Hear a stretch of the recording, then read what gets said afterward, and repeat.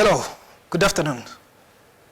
I hope you're having a great Sunday. This is Staying the Course. It's a conversation that is empowered by Christ for the Nations Ministries. And I'm your host, Vitad Moving. As I just mentioned, Christ for the Nations Ministries empowers this conversation. And as an organization, it's an organization that exists for evangelism, that exists to preach the gospel to the nations. And in preaching the gospel, those who understand this, they also understand that there's what we call evangelism, there's what we call discipleship, but discipleship actually includes evangelism.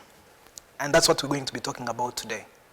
I know many believers, many parents always want Christian schools that have some system of discipleship implemented as part of curriculum. And we've wondered how do you implement discipleship in a school, in an education setting, and how effective is it? That's why we have invited two guests to join us tonight, and they will be helping us to understand how practically we can be able to implement discipleship in education setting. And we've chosen one school that we could use as a case study. It's called Daniel Generation School. That's where our guests are coming from today.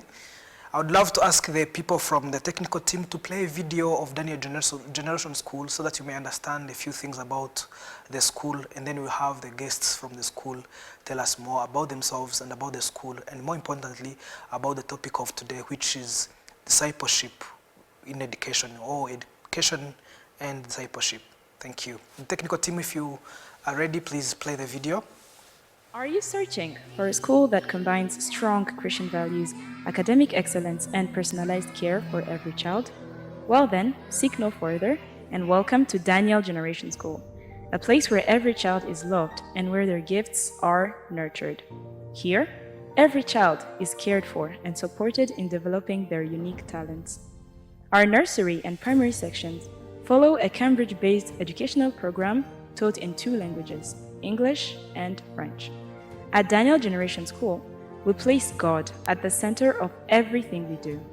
This is reflected through our daily morning devotions before classes begin, our consistent Bible lessons across sections, and the commitment to helping children grow in Christian values. We encourage all children to think critically, make wise decisions, and use their knowledge to serve others. We teach through engaging activities that allow children to take an active role in their learning. In our nursery section, we use a project-based learning approach, while in primary school, we follow the Cambridge learner attributes as reference point, and therefore helping children grow in confidence, develop strong thinking skills, and cultivate a lifelong love for learning. We are very glad to announce that registrations for this academic year 2026-2027 are currently open. To enroll, visit our school website or call us directly on this number. If you have any questions, don't hesitate to reach out. If you would like to visit the school campus, we are located in Kagugu, KG 24th Avenue. Join us, and together, let's help children grow in their reverence for God, in knowledge, and in a love for learning. Now, before we dive into the conversation, allow me to take this moment to thank you so very much for your support. We are now about 5,000 subscribers, and I have you to thank. And I want to ask you, if you haven't subscribed, please subscribe to our channel, and by doing that, you will not miss out on any future conversations. Thank you so very much. Have a great time in the conversation. Thank you. This is Daniel Generation School, and as I've just mentioned, we are privileged to be with 2 guests from the school. I have Mr. Ben and Miss Uwase. Welcome to Staying the Course. How is your Sunday going? Very well, and so glad we're here, actually. Yeah, very much welcome. Let me start with Miss Uwase. Tell us more about yourself so that our viewers who are going to have a conversation with you will be able to know a little bit more about you. I'm told ladies first, that's why I'm starting with you. Yes, please. We appreciate that. All the ladies appreciate that.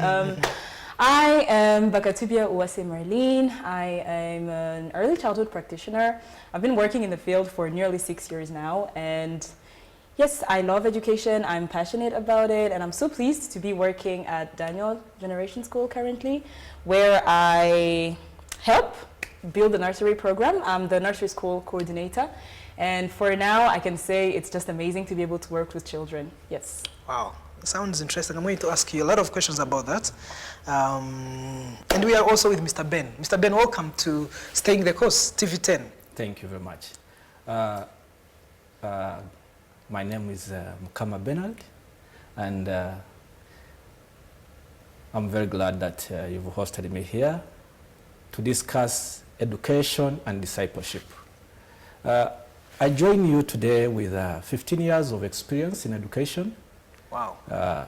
Continuous practice of education, and currently serving as a school principal at Daniel Generation School, a school that is owned, a private school that is owned by Omega Ministries, Omega Church in Kagugu, just on your way to Batsinda.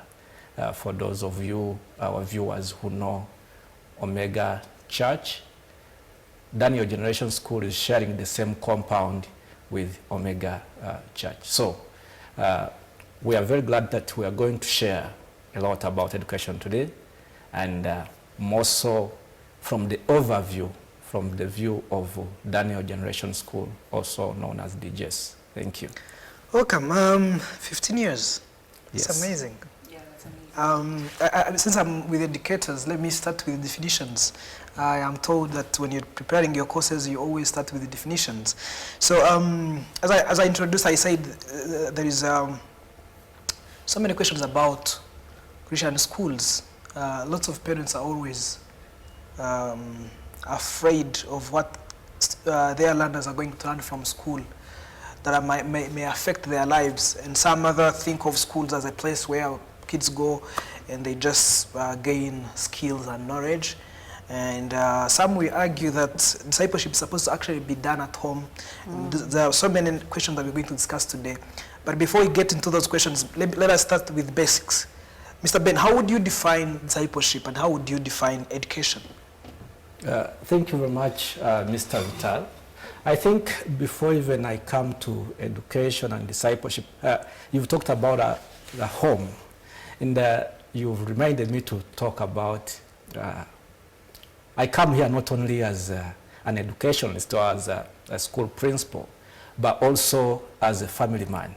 Mm-hmm. I'm a proud father of 2 beautiful daughters, and when we talk about discipleship and education, I really now, that's why I had to now focus again on the family aspect, because the two can't just be separated. So to come on your question about education, I can say education is the process of acquiring knowledge, skills, and the intellect to one that one may need to go through this world. Knowledge and skills is the key factor there. But when it comes to discipleship, it's about shaping the characters, shaping characters, values. So the two may seem to be different, but actually they complete one another. So maybe I would go, that's how I can briefly just define before I can talk about how the two work together actually. Yeah, but I think for people to understand better the concepts, you could also help us understand how the two go together. Because as I was saying, I think with time, I don't think that the way education was at my time when I was in primary and in secondary school is the same way that it is today.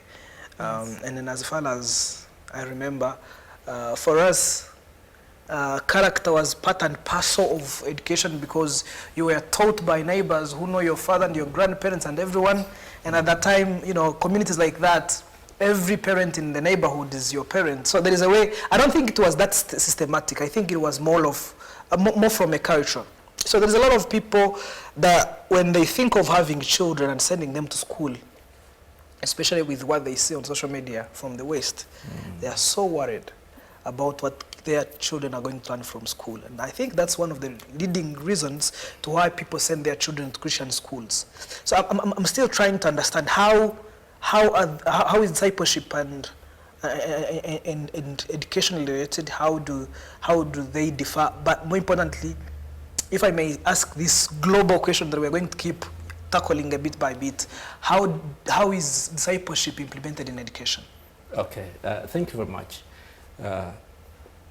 We are talking about knowledge, skills. Then on the other hand, we have the characters and the values. So, knowledge without characters is, I can compare it to a pilot flying a plane without the navigation system, or you can call it the map. Like it or not, there are high chances of a crash. Even though the pilot might be highly skilled, the engines are working very well. But the navigation system, the compass, let me use the word the compass. Yeah. You know, character and values is the compass that will direct this knowledge that we've got from education. Because education is focusing on knowledge, skills. You get skills, you become a good engineer, you become a good doctor, but you need the compass, the navigation system. These days, our vehicles are having the GPS system that will guide you on how to move. So, when you have the GPS, but you don't have the knowledge, then it means you are not complete. But also when you have the knowledge only, and you don't have the guidance, you have not been shaped, the values, then you are highly to crash. Let me a little bit simplify it. At Daniel Generation School, our motto says, shaping godly characters and futures. We are using the knowledge, the skills. You know, we are implementing the Cambridge curriculum, a very internationally recognized curriculum that is very good when it comes to knowledge and skills. It is a skill-based. So we are saying our children are getting this first-class education system. But after that, they need to have a direction that fears God. Because our intention is to produce leaders and people who respect God in whatever they do. So, is that why you called it Daniel Generation School? Very well, because it is, we are inspired by the Daniel in the Bible. Okay. For our viewers, they know very much the story of Daniel. But what we are looking at is when we are shaping, when we are looking at the futures, because we are shaping godly characters and the futures. But the education is preparing the child for the future. But you're giving him knowledge, skills to go and tackle the future. But without discipleship, this knowledge will become a disaster. It will be a timing bomb. There have been a lot of things happening today, especially in this world of technology. You know, technology, everything has an advantage and disadvantage. We are in the world of technological advancement and everything. And children are learning at a very high speed. Artificial intelligence everywhere.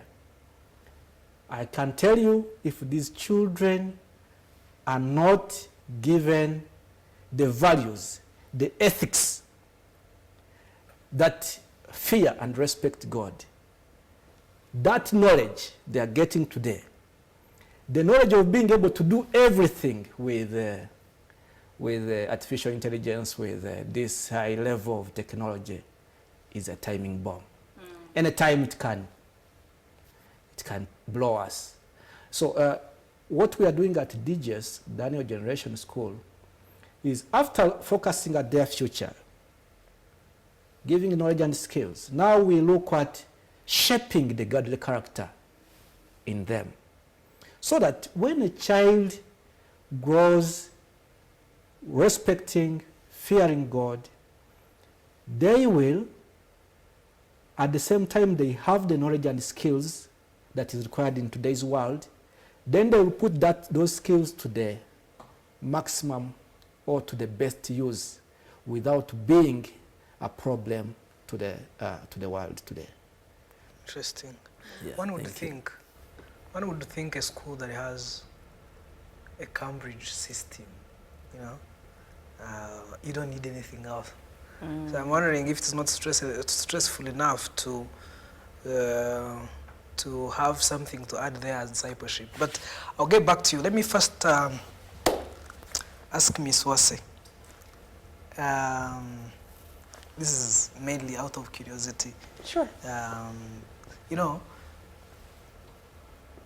hearing you speak, the accent, the way you explain things and all that, one would ask themselves, why would a young lady, a beautiful lady, smart, from the way you speak, anyone can tell you're smart, not go for IT, for some sciences and for all these other things that I'm very sure that you're capable of doing, and go into education that most of us, I mean viewers, a lot of people think it's not a very good paying field. Yes, I know. That no one would want to go to, you know. Yes. So what motivated you to go into education? First and foremost, I'm going to take all the compliments. Thank you very much. And I definitely understand why many people see education as not being that much of an attractive profession. One thing I like to tell people is that Jesus was a teacher. From the get-go, Jesus was a teacher. So working in education is less about the job in itself and more about the calling to want to educate. Have you ever looked at people and you just feel like this person could be so much more, but they don't have the tools for it? Have you ever maybe been in an unprivileged neighborhood and just wondered what you could do for these children to send them to school? Well, it's not that school is just a place where, you know, people come and go, and education is not just a field that has nothing to do with other fields. Matter of fact, I'm tempted to say that education is the one we should be banking on as a community, as a country trying to grow. And for me, personally, I find education to be the best place where to start change from. Look at the statistics, do some research, you'll find that countries with a good education system will also have lower rates of employment. They will also have greater civic involvement from the community and so many more. So looking at myself personally, the reason why I chose education as what I wanted to pursue all of my life is because the change we want to bring for our countries, our communities, starts in education. And that's why I'm so passionate about early childhood, to be more specific. The children come to school, the parents have done their part, but the things they get when they're in school, how we encourage them, how we accompany them, that is what shaped them completely. I will agree with what the school principal said earlier. Education is as a compass for multiple people and children more specifically. So yes, in a nutshell, that's what I would say. And the challenges in education, where there is a challenge means a solution can be found. So looking at all the challenges that there are in education, I think it's even more important to continue being in education, because if everybody leaves the sector, then how is the challenges going to be fixed? Yes. You permit me to ask this question because you just said you agree with the principal, and as I have, gathered, you come from the same school, but I assure you are clever enough, he wouldn't fire you. Oh, so the question, I'm safe. Praise the Lord. you can be free. You can tell us about Daniel Generation School without fear. If he fires you, he's the one in the loss. Yes. I want to ask you. There is growing up there's having a passion to do something, and there's being able to do it. A lot of people can go to school, they do education, they come to the schools where they actually wanted to, you know, to do all they have dreamt of doing, to impact children like they have always wanted. Yes. And sometimes the environment makes it very difficult. So sometimes the place doesn't just allow you to be that. So imagining that the principal is not here, honestly speaking, how does Daniel Generation School help you become that which you wanted to do? To become, how does Daniel Generation School allow you to bring the impact that you dream of bringing in the early, is it called the early childhood development? Early childhood Okay. sector, education development, all of them work. So how does Daniel specifically, and the principal is not here, we assume he's not here. If he fires you because of today's interview, we'll take him to court. Okay. I'm going to give you a bit of a backstory, perhaps.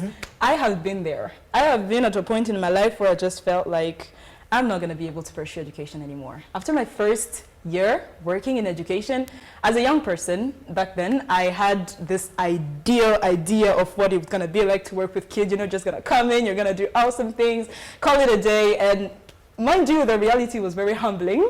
So I reached a point in my life where I just felt like education was not for me. And I was thinking I'm going to do something else. I have so many skills. I was ready to even be a lawyer, whatever it was, as long as I was not going to stay in education. But again, that was because of certain environments. Working at Daniel Generation School today, I am so pleased to wake up every morning and to come to work, and I'm so ready to do what I'm supposed to do. Because when you find a proper environment, not only does your creativity flow, but also you're no longer just working for the salary, but you're working for the work, if I can call it like that. And being in a Christian environment, I will stress this, being in a Christian environment is so much more different from working in an environment that is not Christian at all. Right, I have managed teams and I have been working with multiple educators over my career, but at Daniel Generation School, even if the principal was not here, at Daniel Generation School, I have never seen a more dynamic and just enjoyable environment. The reason it is so, it responds to everything I could be looking for in a working environment is that they welcome, number one, creativity. They welcome change. Yes. Sometimes people have this idea of education that it has to fit a certain perfect template, but it's not true because we work with children who cannot fit a certain specific template. At Daniel Generation School, when we find something that is going to be helpful for the child, again, only for the child, there is freedom to implement it. And that allows it to respond to the children that we have, their needs are met. And another thing, it's created by a church, so Jesus is in the room, and we can never do everything by ourselves. So when we have our morning prayers, when we are involved in the community through some charity events that we've had in the past academic year, it really feels different to work in a Christian school. So I will encourage every child, actually, to be in a Christian school. Do you know why I asked you that question? Yes, please. Partly it's because there's this school I went to. Yes. It's not a long time ago. And so I was with other friends, and so we arrived at the reception. Actually, we had already registered. Okay. And we were going there for orientation. On the very first day, so we went there, we made it on time. And we couldn't see anyone around, so we just waited. It's recent, I was already an old man. And as we stood there introducing ourselves to each other and, you know, getting to ask ourselves, why did you come to doing this particular course that we were doing and all that? One of the school employees or school, I don't know, staff came around and asked us how we're doing, told how we were doing, and one of the newcomers, complained about something. And the lady, the way she responded, you could already tell that she's not happy in this place. And you know what immediately came in my head? I'm like, yes, please. If these people want to leave, why am I coming? That's a very good question. That's a valid question. So I think he's very lucky to have one of you, if you were not hyping him so that he may give you a raise. Which I would welcome nonetheless. I was saying, I think it's very lucky. Even a parent, you want to take your children to teachers who are happy and who enjoy what they're doing. In fact. Not bringing my child to Daniel Generation School, and then the teacher is like, these kids come from rich families and we are very poor. They're, showing us and all that. It kind of creates a very toxic environment. So I'm glad you help at the Daniel Generation School. I should have children and bring them, or maybe my uncles or my brothers or my sisters, Mr. Ben, yes. Mr. Principal, I wanted to ask this question. I've learned recently, with the changes in education, that there has been a shift. There's been a shift from the way, as I was just telling you, back in the days when I was still in school, and mainly when I say in school, we're talking about primary and high school. Go at university, it's, you're teaching yourself a little bit. Yes. But back in the days, I didn't even know that it was called so. They had a system that I think they called teacher-centered approach. Okay? I didn't know it was called so, but they explained to me the difference between teacher-centered approach and learner-centered approach. Yeah. I understood there's a difference, and I'm told parents are taking their children to schools where they're implementing learner-centered approach. So I'm curious, how is Daniel Generation School doing vis-a-vis that? Are you behind? Are you ahead? Are you in the middle? And how do you practically do it? Earlier you talked about discipleship, and you talked about the importance of having discipleship as part and parcel of education. But I also wanted to get to how. So as you tell me about how you implement the learner-centered approach, if you have already started implementing that, also tell us how do you implement discipleship practically. Thank you. Okay. Thank you very much, Mr. Vital. I think, let me start with the child-centered approach of education. As you said, it's true. Back in the days, it was called the knowledge-based approach. Yes. So it was all about reading, cramming some facts, and you move on. All the capital cities of all African the rivers, nations. African countries in alphabetical order. Yeah. So things have now changed. They have. And to be specific, at Daniel Generation School, being a Christian school, we draw most of our inspiration from the Bible. And somewhere there is this common verse that says, train up a child in the way that even when they grow, they will not depart from that way. Actually, they didn't say train up children. They talked about a child. And in that Hebrew setting, they were referring to the individual, recognition of individual abilities. At DJS, we believe each child is unique. Yes. Because each child is unique, we handle each of them separately. And even during our assessments, we assess each of them as an individual.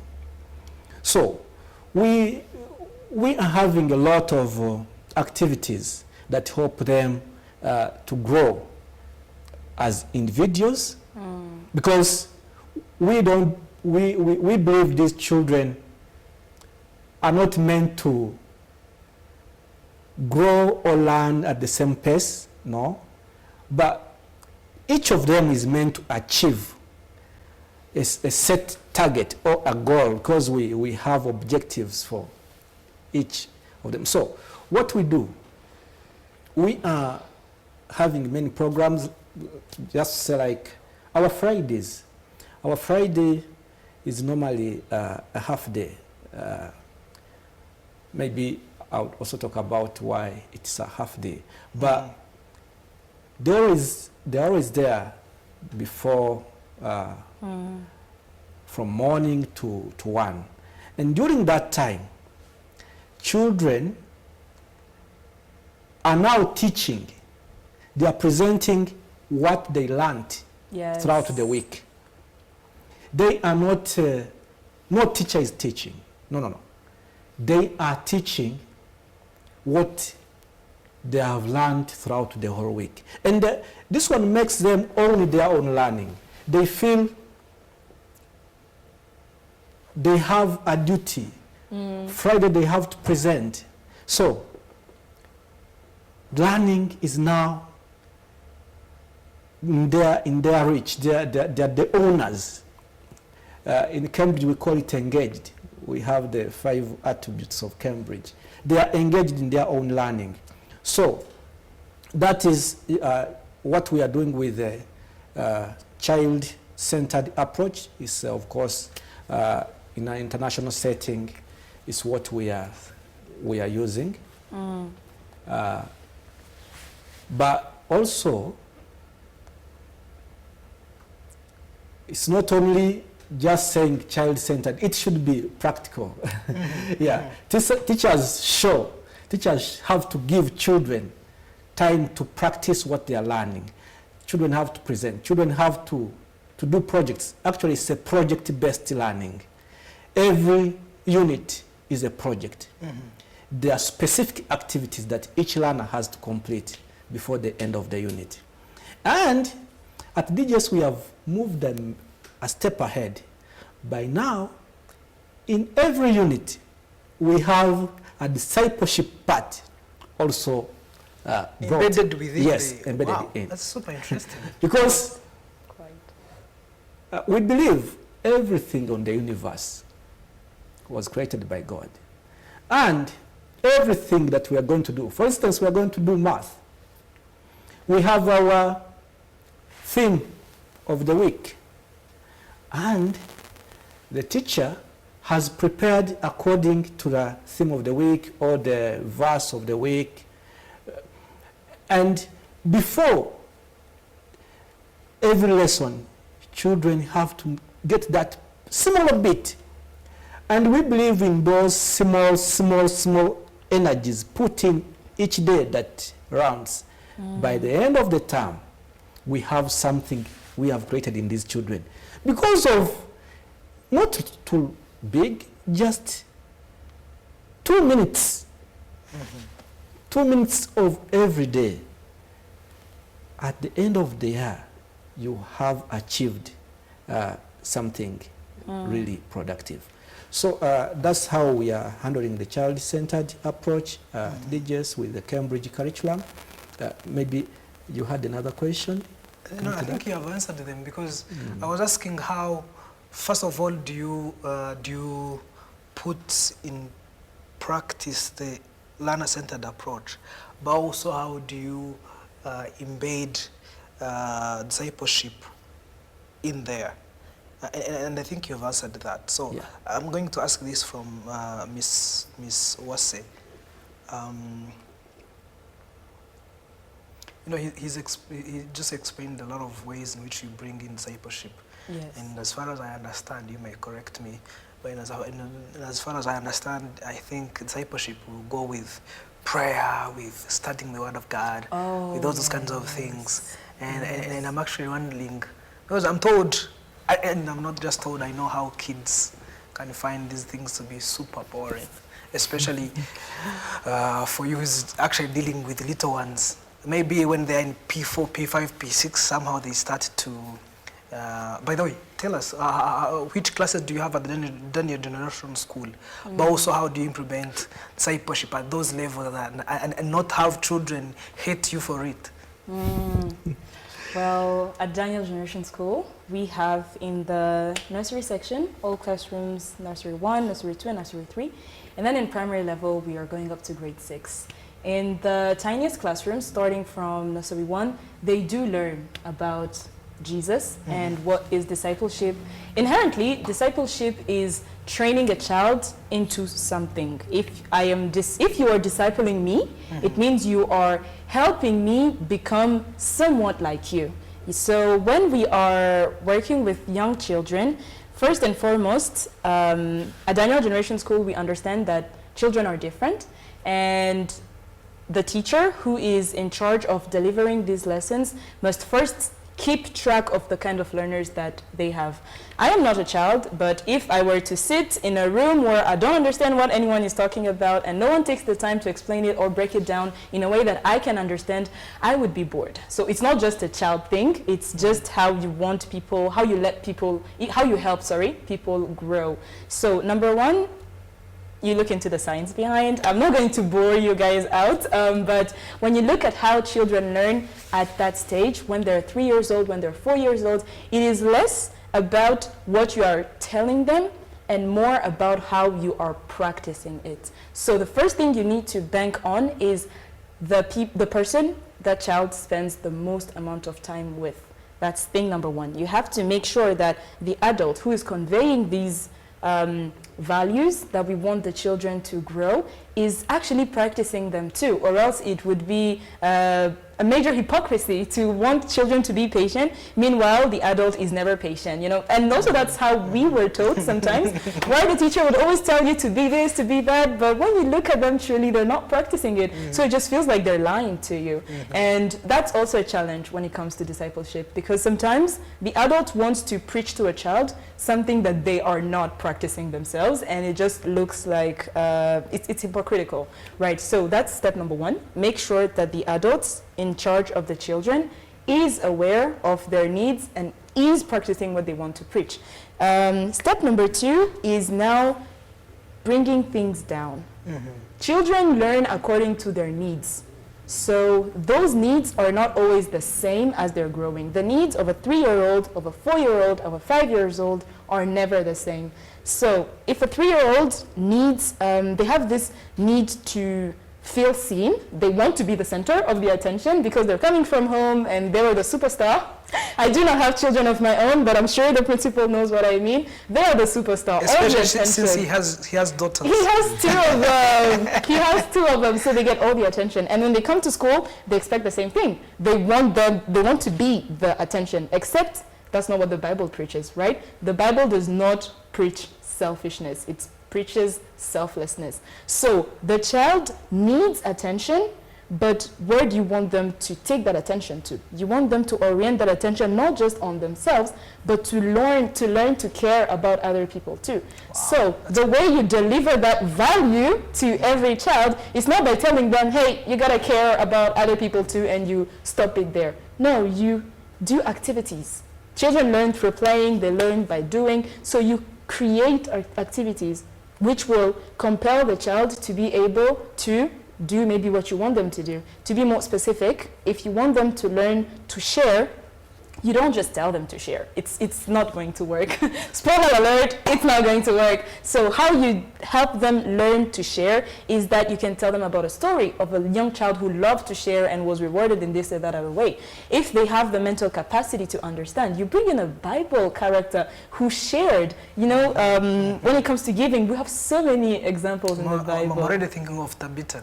Right, Tabitha, indeed. Yes, she shared everything she had, you know. So when you tell them things creatively, again, understanding their needs and their age, it only follows that they convey those values or those things that you want them to practice. And also, and also you need to have a reward system. Children are built in a way that they expect to receive whenever they give, and it's completely normal. They seek recognition, they want to be praised when they do something, and so when you have a rewarding system, particularly in the smaller classes, when you have a tangible, visible reward system, it also encourages them on the process. When you're dealing with older children, 6 years old, maybe 7 if they're still in nursery school, or even if they were 5, you don't do things the same way. For these ones, they're at a stage where they're learning to make friends. So when you give out assignments, exercises, or anything biblical, you are not going to tell them to just sit and listen. It's not going to work. You're going to think about what do they need at this stage, what are the behaviors they show at this stage, and therefore continue right there. Wow. I think you should teach at university. Well, I prefer the youngest. She just explained, and as she was explaining that, I remembered this theory, you must know the classical conditioning. I think it goes across all the social, all the educational philosophies, where I think he was a Russian philosopher who would have a way that I think they had some sort of, what do they call it? I don't remember the theory properly, but I remember that there was some rewarding system where I think it starts with stimulus. Remember, like there is this, is it a chimpanzee or what? Or think of a dog. Are you talking about Pavlov's theory on the dog, where he would like ring a bell each time before giving the dog a treat? So you know, when we were learning the theory, I left thinking of a dog and meat and all that. I didn't realize that actually practically there is a certain age where children are motivated if you reward them. I wasn't thinking of learners, I was thinking of the dog. That's why I just mentioned that you should teach at university so that we can at least leave the school thinking of children, not dogs. You know? It's quite interesting. But anyway, so this is the question I wanted to ask. You earlier mentioned of a place in which you worked in and didn't sound very Christian. So I'm assuming you must have experienced learners who are not pairing education with discipleship. And the way it sounds, at the Daniel generation, you are seeing learners who are pairing discipleship and education. Yes. And I wanted to know the difference, especially I'm asking as a parent. I might not be a believer myself, Yes. a Christian necessarily, but I know very many people back in our days who would take their children to Catholic schools when they themselves are not Catholics, but because they knew in Catholic schools they were kind of going to discipline their children. Yes. You know, so there is even when a parent is not a believer, but they're looking for a school that kind of you know that's going to provide the academic excellence, but which is also going to tackle on the character. And I'm trying to figure out, as a parent, I'm trying to understand the difference between someone who goes to a school that teaches discipline through other means,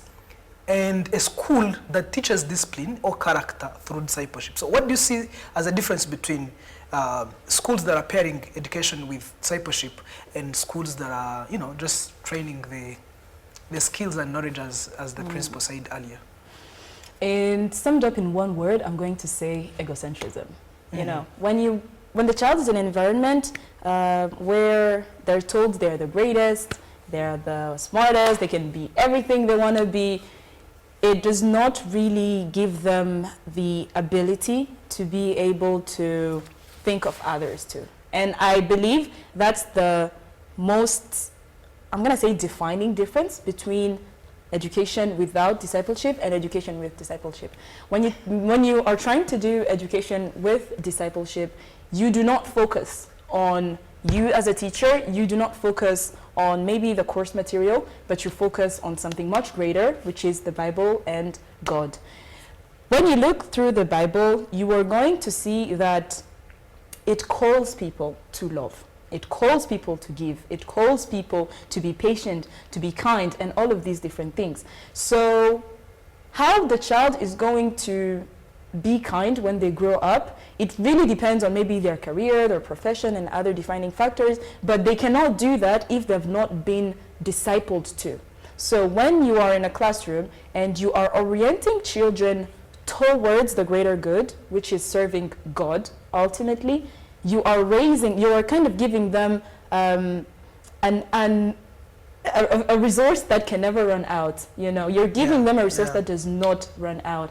And also, it's so helpful to tell children that everything is possible, indeed, but everything is possible through Christ who strengthens us. Wow. Schools without a environment where I've worked, school without a discipleship program only stop there. And everything is possible indeed. The worst atrocities are possible, and also the best outcomes are also possible. And so as an education paired with discipleship does not just stop right there. It kind of pushes the children to think even further. So in a nutshell, that's what I would say about the difference between schools with discipleship and the schools without. Mr. Principal, when you were speaking earlier, you reminded me of these people that are called activists. Oh, yes. I think I'm going to start an activism on behalf of teachers, because the way the learner-centered approach sounded. Did you hear him say that every learner is evaluated in their, like they are evaluated personally? I'm already kind of thinking how that must be tough for educators. So, and that's where my question is going to be. What are the current, leave that alone, that was me, you know, but maybe it's part of it. What are some of the challenges that educators and education in general is facing nowadays? And how should people handle them? Maybe today we kind of spoke on behalf of parents and learners, and I don't want us to forget about the other key and important people in this sector who are teachers. Yes. So as an educator for the past 15 years, and as a principal who is working with educators every day, and you yourself is an educator, you lead them, you guide them, you have a team. What are some of the challenges that teachers, educators, facilitators are facing today? And what is the best way to navigate them? Maybe there's another principal who's watching you, who's trying to figure out how to solve some of these issues, who might, you know, learn a thing or two from you. Okay, thank you very much, Mr. Vital. I think one of the biggest challenge that educators might be facing is the expectation from the community. Yes. You know, the community, what do people expect? People want that their children, for instance, I was telling you about how we assess learners and how we believe each learner is unique.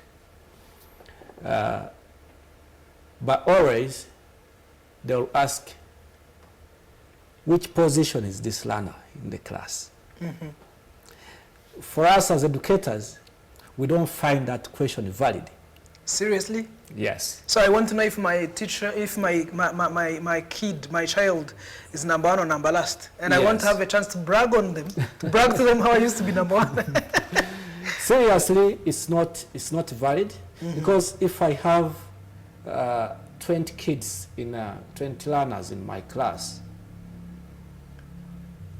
for us as educators, we look at many things, especially like for the children who are coming in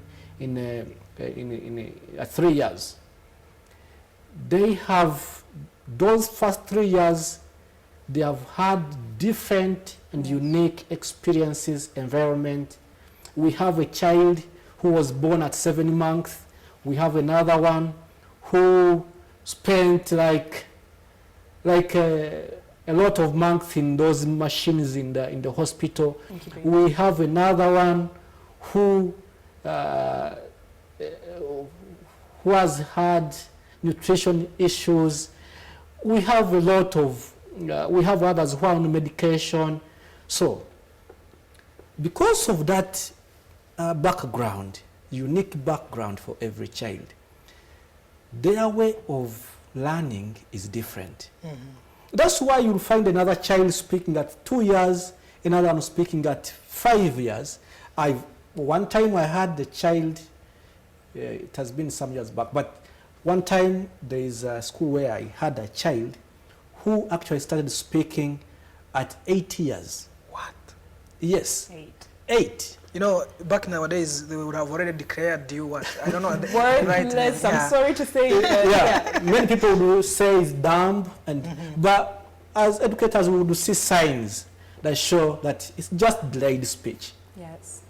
So, when you want me to compare a child with delayed speech with a child who has started speaking at 2 years, others even start actually constructing meaningful words even below 2 years.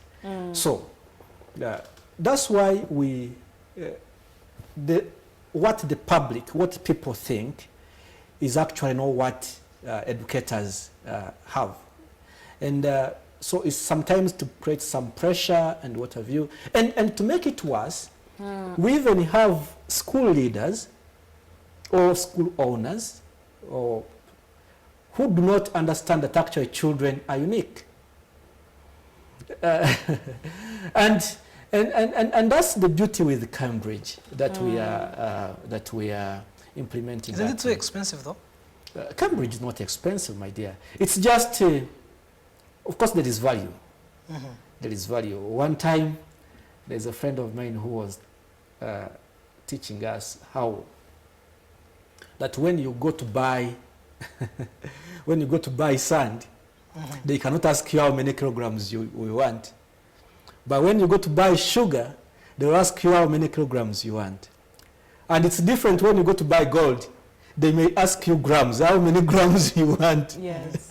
For us who buy gold, in the case of rings and what have you, they ask you how many grams. So the value, of course, let me allow me to cut you short and ask you specifically. I know you people always avoid the question of how much. So I'm going to play a little game with you at Daniel Generation School, and I'll put there in ranges. Someone will think of Cambridge. I don't know. Me personally, just thinking out loud, I would think Cambridge system is probably charging, I don't know, is it like between 5 to 10 million a term? Is that where Daniel Generation School is? Oh, not even close Not to even that. near. Not even Okay, near. so 1 to 2 million? Actually, below Below 1 million? Yeah, below 1 million. Seriously? Yes, Per term? per term. And the child will get the best. So it's below 1 million? Yes.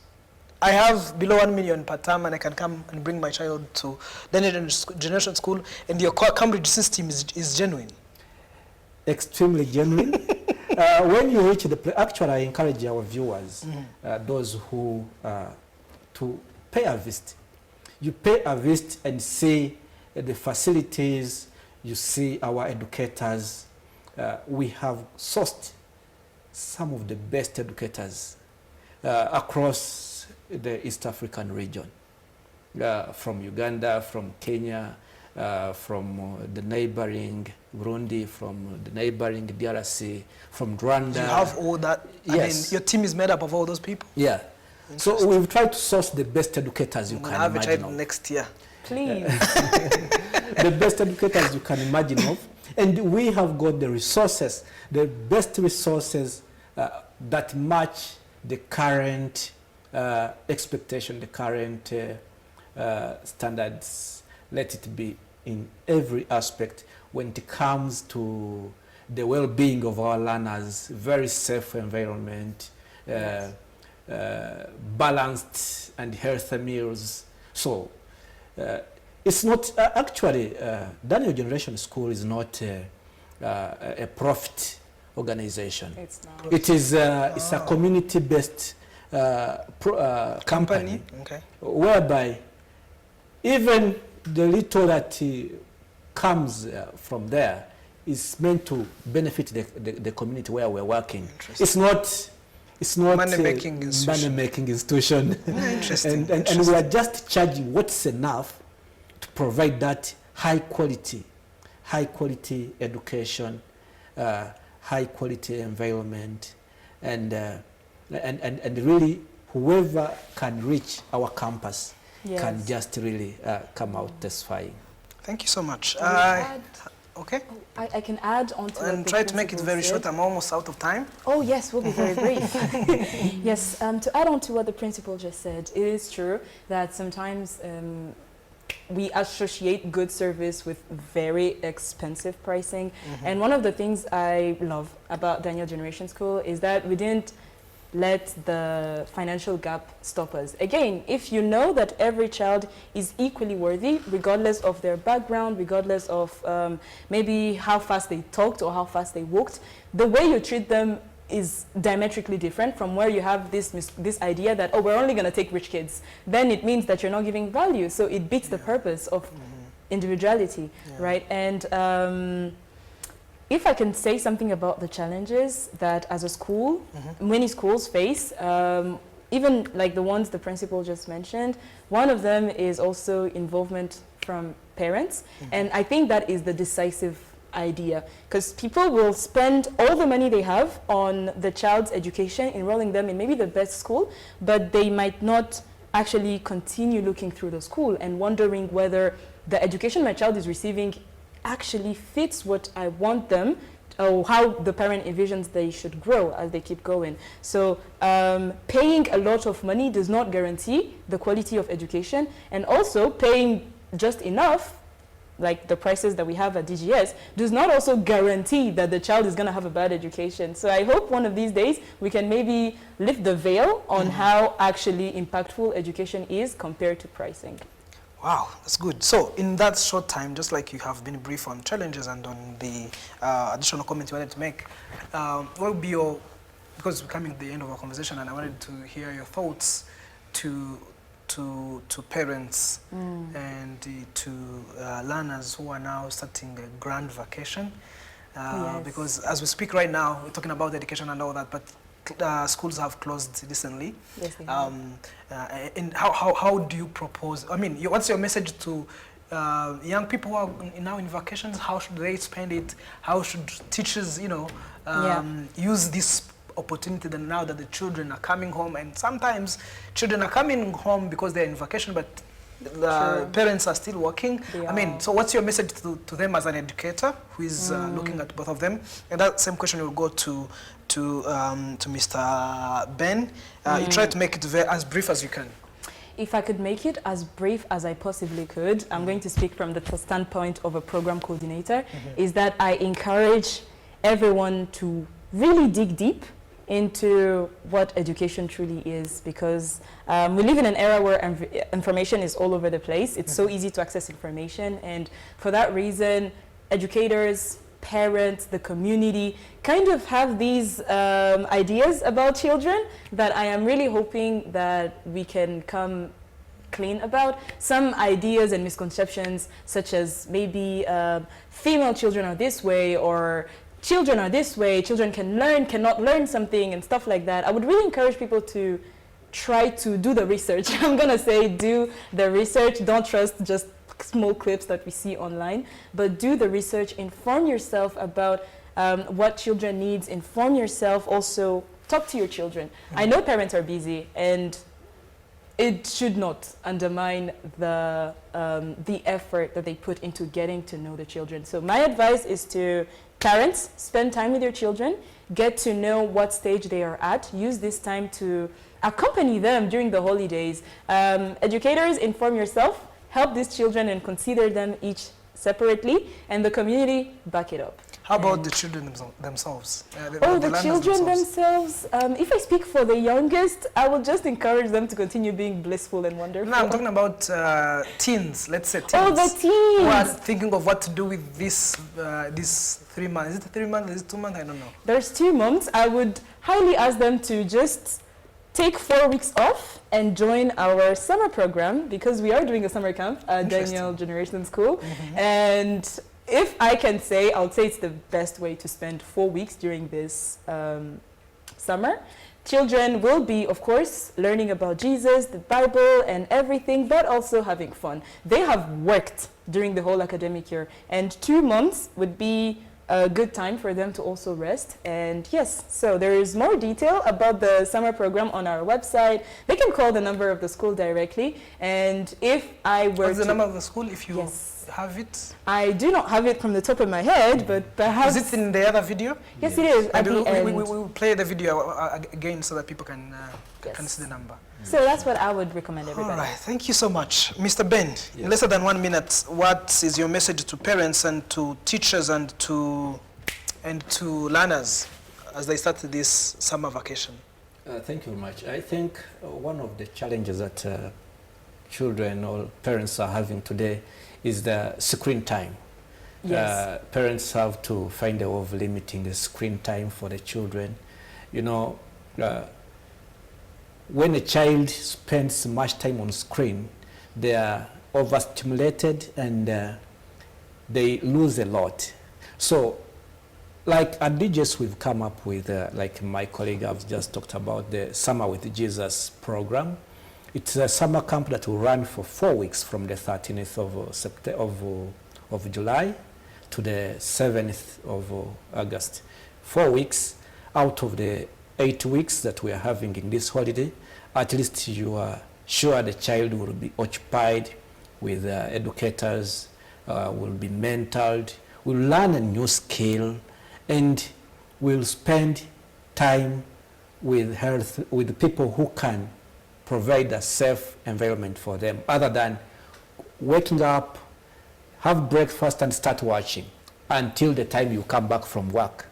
Because what else could they do? So that's what I can say for now. And if you cannot join our Summer with Jesus program, maybe you are far, I know there might be other camps in your neighborhood. It's better you enroll your child in a camp that you trust, where they can help them develop some skills, provide a safe environment for them, and help them grow, both physically, spiritually, and academically. Wow. Thank you very much. Thank you so much. Thank you so much, both of you, for joining us tonight. I wanted to request the technical team to play the video again, and we will conclude from there. I will come back to say a few words after the video. If you have the video, please play it. Are you searching for a school that combines strong Christian values, academic excellence, and personalized care for every child? Well then, seek no further, and welcome to Daniel Generation School, a place where every child is loved and where their gifts are nurtured. Here, every child is cared for and supported in developing their unique talents. Our nursery and primary sections follow a Cambridge-based educational program taught in 2 languages, English and French. At Daniel Generation School, we place God at the center of everything we do. This is reflected through our daily morning devotions before classes begin, our consistent Bible lessons across sections, and the commitment to helping children grow in Christian values. We encourage all children to think critically, make wise decisions, and use their knowledge to serve others. We teach through engaging activities that allow children to take an active role in their learning.